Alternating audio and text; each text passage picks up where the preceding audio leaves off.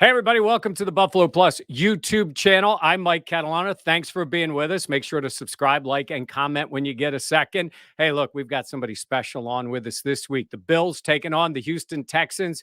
We've got a guy who played for the Texans, who's worked in Houston, been on the air there for a decade. Let's bring in Seth Payne from Sports Radio 610 in Houston. Seth, thanks for being on with us. Thanks for having me, man. Look, it's I'm excited to be on with you because you were there, I believe, starting around when I was about 10 years old Oh, on the yeah. old when it was WOKR. I don't know when you guys switched to WHAM, but I can adjust to the times. You got it, man. Well, yeah, I've been there a long time, and seeing a team like the Bills, make the transition of, let's see, great, irrelevant for 2 decades, and now they're back to being really good again. From a guy who knows this league, who played in the league, who watches the league, what are you seeing out of the Buffalo Bills? The I was really excited to sit down and watch the Bills because the Texans played on Thursday night, so I was able to just sit down and like a normal person watch the football game on Sunday. And I was kind of expecting what we'd seen in the first couple of weeks where Josh Allen hadn't been as accurate as he was last year. It looked like maybe he'd like forgotten some of those lessons he'd learned about his mechanics. And man, he came in and you would have thought that the wind was like 1 to 2 miles per hour in that stadium, the way he was throwing the football. So I think the fact that he's throwing the ball as well as he is, that he is truly the real deal as a quarterback, combined with the fact that the defense looks plenty opportunistic. Like they're probably right this moment the best team in the AFC, and they're definitely way better than the Texans are right now. We got issues down here. Yeah, let's get into those issues with the Texans. Well, let's start with the biggest one. And I've heard you say it on your show and on podcasts, and I don't know if you still feel that way. Deshaun Watson's never playing for this team again, is he? No, I don't think so. And look, it's tough when you talk about Deshaun Watson. There's 29 different facets to this whole situation, and I'm hesitant to even try to give a synopsis of it. I'd say right now, given everything that happened with the 24 different women accusing him of sexual assault, with the fact that he had asked for a trade back in January, somewhere along the way, the Texans decided, okay, we are going to trade him. Early on, I believe, and a lot of people believe, that the Texans didn't want to trade Deshaun Watson. It got to the point where they said, okay, we're going to trade Deshaun Watson. And now it's just a matter of waiting for finding the right offer. I think personally that the best offer won't come until March or so, when the Texans will be able to know exactly what draft picks they'd be getting in a trade, and also that perhaps by then the legal situations will have been resolved. So teams that are trading for Deshaun Watson know exactly what they are or are not getting. Yeah, when I look at it from the outside, again, I'm thinking to myself, I've heard people say, well, the league's not going to let him play and all these things. Look, there is, like you said, many sides. The idea of these accusations, and maybe it ends up being the lawsuits, whatever happens with them in the legal process. But I believe he's going to play in this league, Seth. We've seen it for a lot of years. Guys have done a lot of stuff or been accused of a lot of stuff, and they play. So if we can get to that point of saying that he can play, the question then is, what can they get for him and move on from that? From a guy just watching him in the league, when this all occurred, you're around in Houston. How much of a surprise or a shock was anything on the negative side with this guy? It was a really big surprise. I mean, this is a guy that had done everything the right way when he came in as a rookie. Before he ever got his really huge contract, he helped out 3 cafeteria workers who had lost their homes during Hurricane Harvey, helped them build new houses. He's done a lot for single mothers through his foundation. He's really done a lot of incredible things. And I think the fact that he was first implicated in anything at all was a bit of a shock, but you always wait and see in these. It was as each successive accusation came forward in each lawsuit that was filed, it took a while, I think, for a lot of people to really digest and absorb the enormity of the situation. And I think in some respects, people still are. And regardless of whether you say, hey, innocent until proven guilty, you don't know anything at all. Yes, that's true. But that also, you can't disbelieve 24 women. There's 22 lawsuits. There's 10 complaints to the Houston Police Department. 2 of those women that made complaints aren't filing lawsuits, so there's 24 total women. But it was and this all came after Deshaun. Also, he'd signed a huge contract back in August. January, he asks for a trade.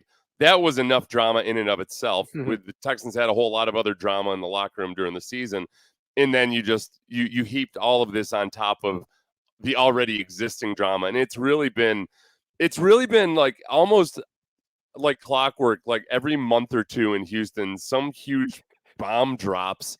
Yeah, and it was like Deshaun showing up to training camp. That was nobody expected that. We had talked about it on our show, and I had said about a month before training camp, look, the best strategy, just for strictly strategic purposes, the best thing for Deshaun to do would be to show up to training camp. And everybody said, "Oh, that's ridiculous." And I thought, "Yeah, that's dumb. He's not going to do that." He shows up to training camp. And then the Texans just say, "Okay, cool. You're going to go off and work off on the side."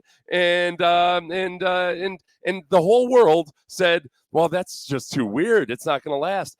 It's been like that now for 7-8 weeks. Yeah. So like I promised I would keep it short when I tried to explain to Sean. I think I just spoke for 7 minutes and didn't explain a damn thing. Yeah, you did. You gave us a sense of what it is. At least he didn't show up sort of fat like James Harden did when he came back with the riot. Oh, yeah, we don't. There's another facet. Sorry, there's 30 facets to this. We live in this city where we've seen this departure after departure of superstar athlete. James Harden was a big one, and James Harden, he forced his way out. Yeah. And then that leads to all the speculation of, wait a second, Deshaun signed a huge contract in August, decides he doesn't like it in Houston, tries to force his way out in January. Can we blame James Harden for this too? It's Russell Westbrook wanted to leave, so they let him leave. George Springer left. He's up in Toronto. Everybody's leaving. You haven't left. No, I did for a few years, but yeah. All right, so let's look at this current team. You got a former Bills assistant, and David Culley ends up with a head coaching job. Yeah, nice man. Been around the league. Is he long for Houston? Okay. And you said the critical phrase, nice guy. That's what everybody says about David Culley. Nice guy. Nobody was ever talking about him as a head coaching candidate. When he interviewed for the Texans, we all assumed down here, okay, this seems like maybe it's a favor to somebody. Right. This is him trying to get his name out there, maybe trying to have some leverage in some contract negotiations with the Ravens. But when he was hired to be the coach, really nobody expected it. It was really it came out of nowhere. I think that one thing, the conspiracy theory would be that, hey, the Texans know this is a reset, that they're going to hire a coach that can kind of help steer the ship, pay, not get paid a whole ton of money. He doesn't have a really lucrative coaching contract by NFL standards. And maybe in a couple of years, they'll find their guy. David Culley has grown on a lot of us. I include myself in that. And, it's a classic example of, you're so angry at the team for all of the things they're done that anything that they add you don't want to like. But I found myself grudgingly start to like him over time. Yeah. And a big part of it was that as much negativity as there is around the team, they did go out and sign a whole bunch of veterans on 1-year deals. So you get into training camp and there's been nothing but drama about the Texans all off season long, the season before. It's been drama. Bill O'Brien, this, Jack Easterby, that. We got into training camp, and honestly, it was probably one of the most smoothly run training camps I'd seen. And the reason is they have very few young players. Bill O'Brien took care of that. He traded away all the draft picks. So there are all these guys who are veteran players on 1 and 2 year deals who are trying to make the squad, but they're bona fide NFL players. Maybe they should be backups. Maybe they're fringe starters, but they're bona fide NFL players. And, when you go through training camp, you see a whole lot of times coaches getting furious and starting drills over and eruptions on the field. There really wasn't a whole lot of that because everything moved pretty smoothly. So what you have with this Texans team and with David Culley as their coach, I think it's a coach who's been in the NFL for decades, who has a group of guys who don't need a whole bunch of instructional videos on how to be an NFL player. And Culley's doing a good job with it. There have been some game management issues in a couple of these games that are curious, and I guess you would expect from a rookie NFL. I mean, gosh, you expect him from Mike McCarthy, so I don't know if that says that he can't be a coach. But he's won a lot of people over. He's in a very difficult circumstance, and I think he's doing the best he probably could be expected to do under these circumstances. All right, so you're a Bills fan. I'm projecting somebody is a Bills fan. They're watching this. They watch Yep. this on Buffalo Plus, and you're playing this week. You're 17-point favorites. You're coming off back-to-back huge blowouts, and you have Kansas City in Kansas City a week from Sunday. So typical being fans, you think this is our team. What if they don't show up? Like, what can Right. happen? How can the Texans pull off an upset against the Bills? It would have to be with turnovers, because Lovie Smith is a defensive coordinator, and he preaches turnovers, and a lot of coaches claim that they preach and focus on turnovers. Lovie Smith really, really emphasizes the turnover. He wants to be a ball hawking defense, and when he was in Chicago as the head coach, they were perennially in the top 5 or 6 of forced turnovers on defense. It helps when you've got Peanut Tillman and Brian Urlacher. I don't think the Texans are going to be top 5 or 6, but they are a very opportunistic team. Last year, the Texans forced 9 turnovers the entire season. So far this year, in 3 games, they've forced 5 turnovers, with 5 of those in the first 2 games. Last week, they forced a couple fumbles with strip sacks, but the Texans didn't recover them. So they're gonna be going after the ball. If the Bills mess up and turn the ball over against them, and then on offense, if they let Brandon Cooks get behind the secondary, that would be the formula, and then all the other normal things, special teams and whatnot. But Brandon Cooks is still a very viable deep threat. He has received an extreme number of targets relative to everybody else. If you slow down or limit Brandon Cooks, the Texans offense probably isn't going to do much. Davis Mills is going to play, right? He's the quarterback. It's a shame because fans, didn't get to see Fitz last week and aren't getting to see Tyrod Taylor play this week. Mills, he's got a long neck. Yeah, I know. I didn't catch any of that until after the game. I didn't realize his neck had gone viral. Oh, I'm glad you mentioned that. I got to work up some Takeo Spikes versus Davis Mills graphic. Yeah. You should do that. Do that on your broadcast. Okay. You can have that one. That's my gift to you. Thanks. So he is, well, okay, you bring up his neck, where he's got a long neck, but it's a muscular neck. Yes. He looks like a 1990s era quarterback. He's honestly he's got the physique of a young Jim Kelly, where he's not the best athlete in the world, but he's big, he's solid, he can break tackles, he can do all of that. He is faster than you expect him to be, but it's just that the bar has been raised so high for quarterback athleticism that you don't think of Davis Mills as an athlete where he actually moves around pretty well. So I think there is the threat of an option game here and there where he can rumble for 5 or 6 yards at times. But the big thing with him during training camp was it just looked like the game was moving a little too fast for him. It looks like now things have slowed down a little bit. He got thrust into action at halftime in the Cleveland game, and he had a hard time even making handoffs in that game. So we really did not expect much of him at all on Thursday night. He came around, and with a very short week of preparation, once the Texans took the reins off of him a little bit, he had a nice 2-minute drive at the end of the first half. He started going through his reads, his progressions. He looked a lot more comfortable. And he looks like there might be some hope for him as a viable NFL quarterback. That's about as excited as I could get about him right now. Yeah.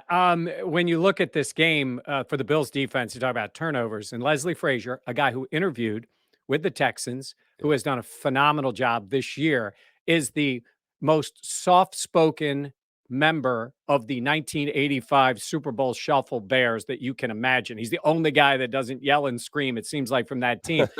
But part of me was thinking, Leslie never seems like that guy. But yeah, he didn't get the job when he was at his age, a shot at a head coaching job, and his defenses look pretty good. And they were in full attack mode last week. Not that he needs to prove a point, but I wouldn't be surprised if he goes in attack mode on Mills this week. And that's what you always wonder about with a rookie quarterback. Okay, do you stay back and stay vanilla and see what happens, or do you just go ahead and go into attack and try to force him into a mistake? I think the guy that I would worry about with Davis Mills specifically is Matt Milano. And I'm saying from a Texans fan perspective, I would worry about Matt Milano because you see this with rookie quarterbacks all the time, is they start to think they know what they're seeing, and then all of a sudden a linebacker pops into a zone out of nowhere on an underneath route, and that's what I would worry about with Davis Mills, because I've always admired Matt Milano from afar whenever I watch a Texans game, and it sure seems like he's always popping up at the right moment. He is. And yeah, Yeah, it is something about Milano. They drafted Tremaine Edmonds in the first round, who's a good player, but he's a first round pick. They drafted Matt Milano in the fifth round. That was part of that first year when, McDermott came. It was actually before Brandon Beane had taken over. In the offseason, they got Poyer, Hyde. They drafted Trey White, Deion Dawkins, and Matt Milano. So that's a pretty good shift of a team right there. Yeah, they got stacked all of a sudden. Yeah. And down here too, people know Ed Oliver in Houston, Yeah. obviously, and people love Ed Oliver. And I know Ed Oliver's had a few of those welcome to the NFL types of moments over the last few years.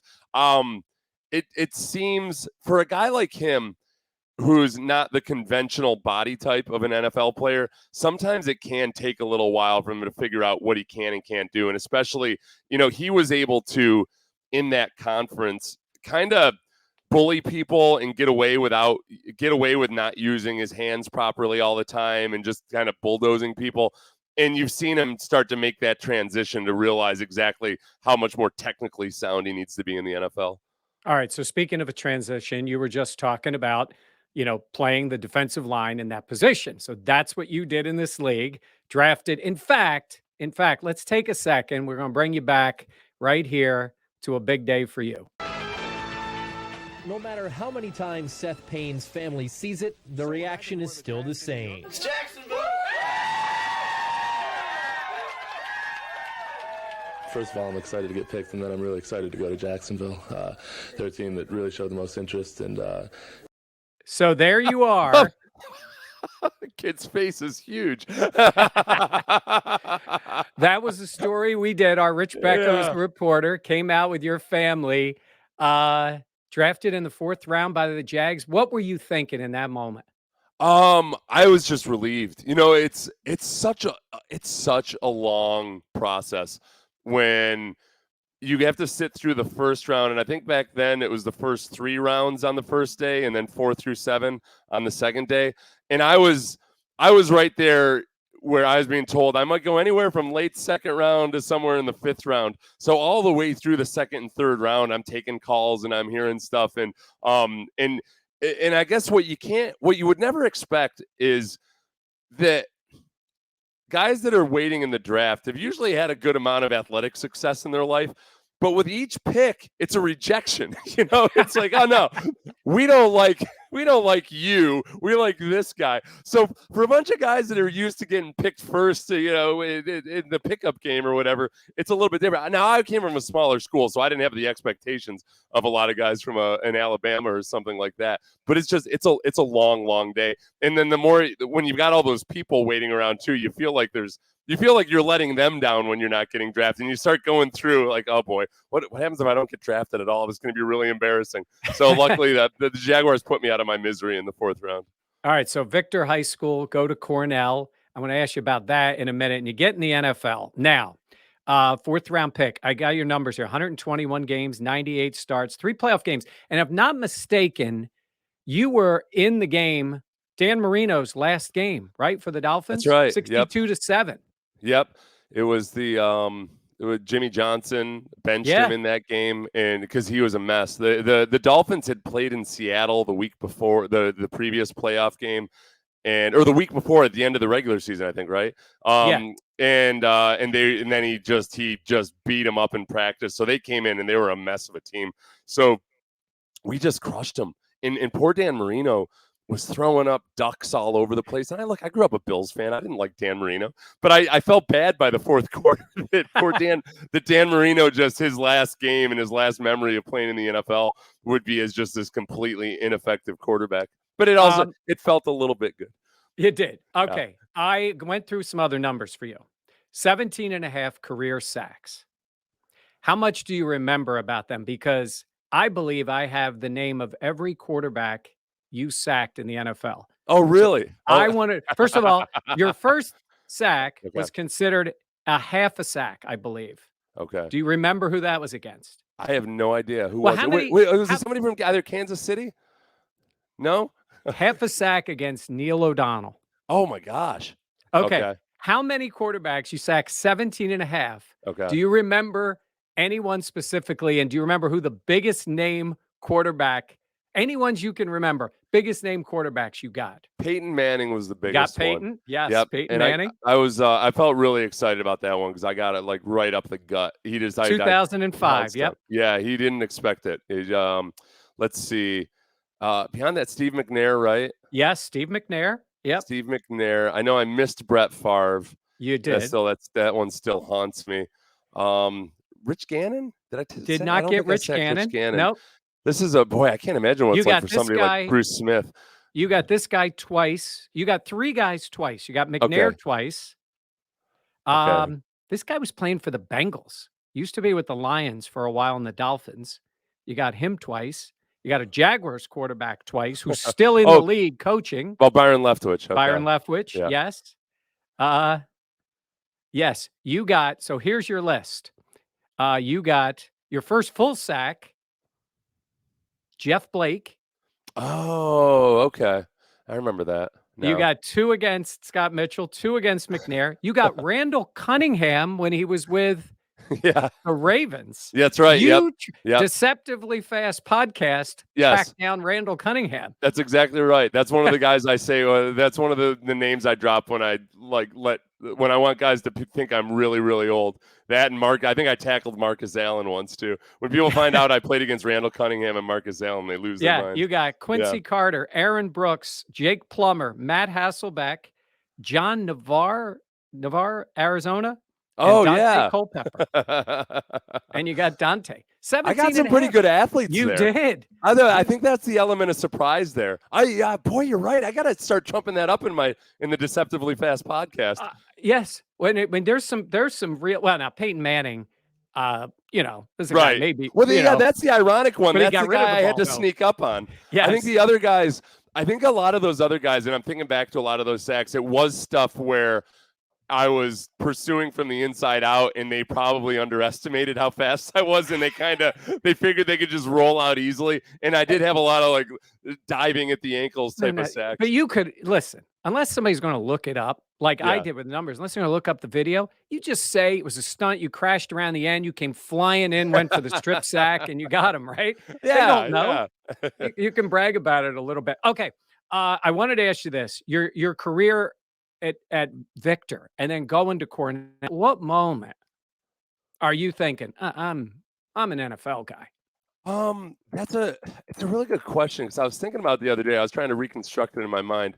As you can tell by my recollection of who I sacked, I don't spend a whole lot of time going back and getting the details of my life right. I think that my junior year at Cornell, I had really grown up. I grew a couple inches when I was I grew a couple inches from my freshman year to my junior year. So I went in and I was like a tall 6'2", and I ended up being 6'4". I put on a lot of weight. So I think by the time I was a junior, people looked at me and thought, oh, okay, that's an NFL-sized guy. And scouts would come in and look at film and everything, and they took our 40 times. But it wasn't until after my junior season that I started to get a little feedback that teams were interested. And at that time, Ivy League football had just started getting a little bit more serious. My freshman class was the first time they even allowed freshmen to play on varsity in the past 50 or 60 years or so. So it was getting more serious, and the Cornell had hired a strength coach named Tom Howley, who's still there, and he was Cornell's first full-time strength coach. And I really just kind of turned myself over to him. And that's what changed everything. I was really lucky for being at a school like Cornell. I had a really, really good strength coach in Tom Howley, who I basically spent every day that offseason with. I stayed at Cornell in the summer. Not a lot of guys were doing that back then either, which they are now at Ivy League schools. And then my position coach, Pete DiStefano, who was at Cornell forever and just retired, was a real stickler for technique.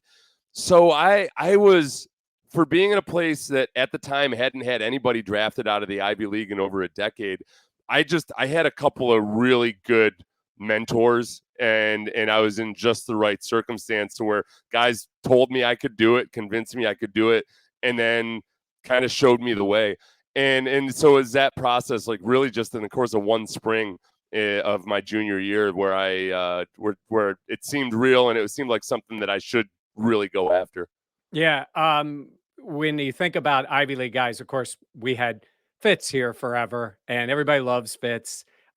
We joke because within the first 10 seconds, somebody says he went to Harvard. Yeah, yeah. That's always the thing. I heard him in an interview talk about Mike Martz screaming at him for making mistakes when he was first with the Rams, calling him Harvard, because you get the Ivy League thing. So I want to ask you this. One, do you find yourself pulling for Ivy League guys that are in the NFL or playing in sports? Oh, I do, especially the linemen, because I think there's always that perception. One that you're people either overestimate your intelligence or they think that you're just you're there because you were a good athlete and that's the only reason. Right. But the truth is, it's somewhere in between. Okay, you're not as smart as the average student at a lot of those schools, but you're smarter than just like your average dumb jock, book wise. But Yes. now being book smart, and that's the other part. Being book smart sometimes is the worst possible thing for also being football smart, because guys just they have paralysis by analysis. They think too much and they don't go out and just feel the game. So I always, and then the other thing, this is what happens when you're a senior, is you got these guys coming in and scouting, and a lot of the scouts want to know whether you actually care about making the league. Because they think, oh, well, you probably just want to go to law school or medical school or something. And I'd find myself in this position of like being like, look, I don't take my schoolwork very seriously at all. In fact, I really don't have any other options other than this. So yeah, I'm don't make that mistake of thinking that I'm like so elevated that I don't want to play in the NFL. This is the only thing I got going on in my life, man. Don't take this from me. We had Ross Tucker on, Princeton guy, and I asked him, I go, come on, Fitz gets the whole Harvard thing. I asked him, give me your overall ranking of the Ivy Leagues, because Harvard and Yale always get 1, 2. And does Cornell get shortchanged in this?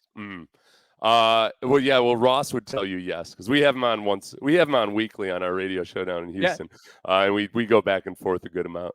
And he would definitely find an opportunity to dump on Cornell. Cornell is. And I'd say this to any of you young recruits out there. This is the thing you're going to get at Cornell: real people, like people that actually have some grounding in the real world, that don't believe they're in some ivory tower, that don't need to commingle with the masses and what have you. It's actually got a blue collar appeal to it that those other hoity-toity places do not have. And we've got an ag school, which those people at those schools, at Princeton, Yale, Harvard, they'll try to look down their noses at you, because they want to be Europeans. They don't even really enjoy being Americans. Yeah. Well, I know Ithaca. I went to Ithaca, so we used to say, we're on the South Hill. The smart kids are on the other hill. Spent a lot of time in College Town, though. Loved it. A lot of time at Sholkoff Field. I mean, that was a cool place to be around during that time. And you made the Hall of Fame at Cornell, the all-time Cornell thing. That's honors. I would say, you joke about a lot of stuff, but you've had a heck of a career in this game. It was, thanks. Yeah, no, and it was, I almost transferred out of Cornell after my sophomore season. So I'm glad you brought that up, because I guess that's a more real world question. That's the actual response to whether I thought I could be in the NFL or not, was I wanted to transfer after my sophomore year, because I felt like I needed to prove myself on a bigger level.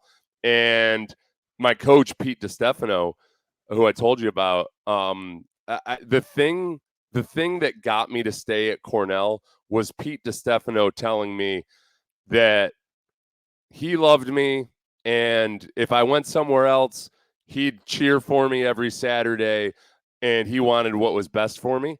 And it was one of those things where like he totally and completely demonstrated how much he cared about me by being willing to let me go. And I stuck around, and I couldn't have been happier with the choice, because I think there's, on the football side of things, it was exactly the right environment for me. And it was being around.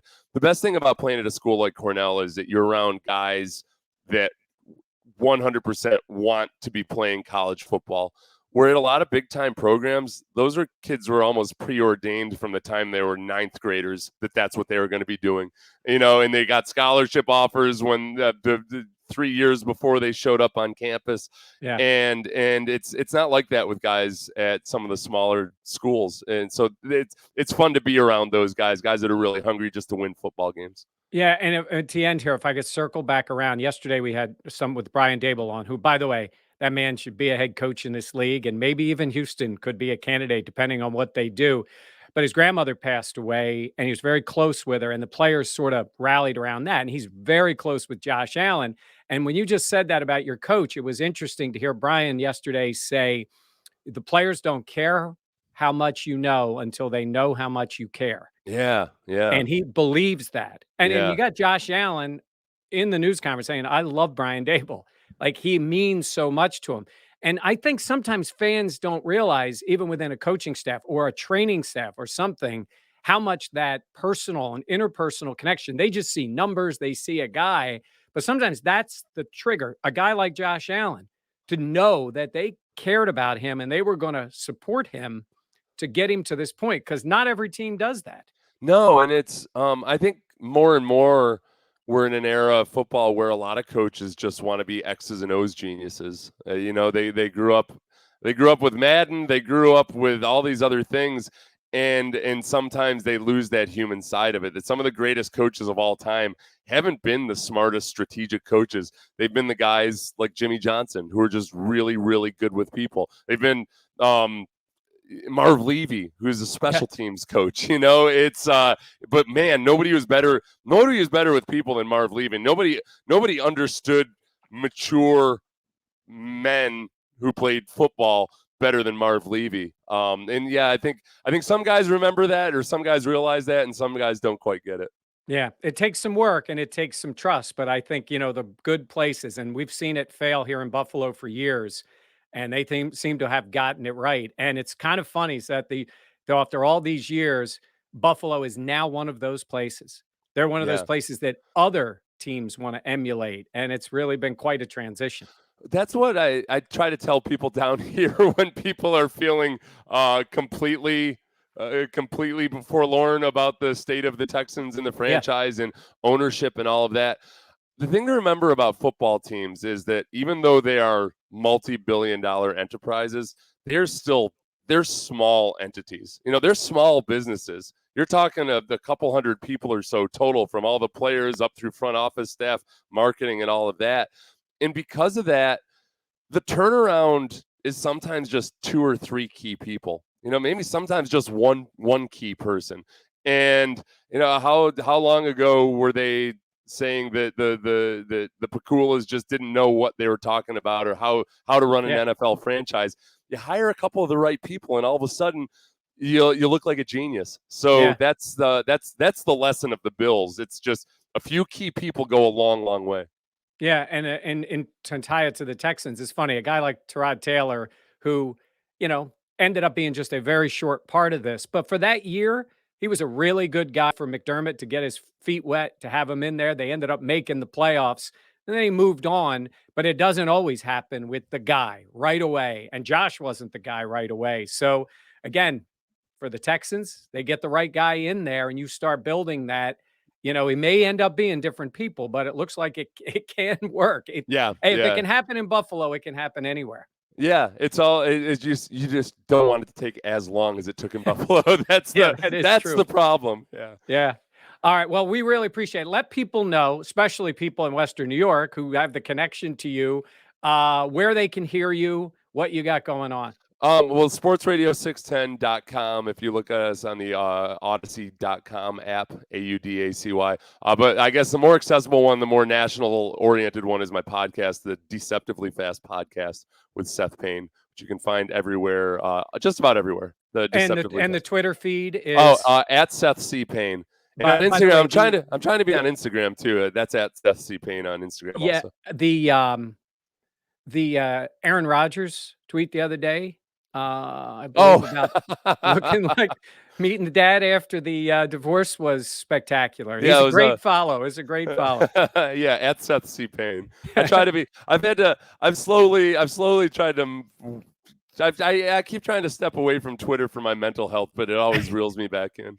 It can get you. All right. Hey, thanks very much. We look forward to the game this week and to seeing how things go and maybe checking in with you again down the road at some point. Oh, I was honored to be on. Thanks, Mike.